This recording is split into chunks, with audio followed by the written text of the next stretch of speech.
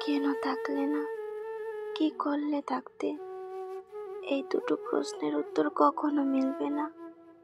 জীবনের পথ চলায় কিছু হারিয়ে যাওয়া মেনে নিতে হয়, কারণ সব প্রশ্নের উত্তর খুঁজতে গেলে জীবন থমকে যাবে।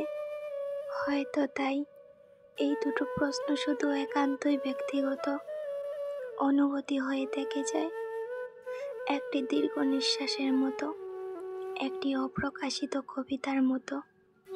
অনেক সময় আমরা ব্যর্থতার কারণ খুঁজতে গিয়ে বুঝতে পারি কিছু ব্যাপার আমাদের নিয়ন্ত্রণের বাইরে।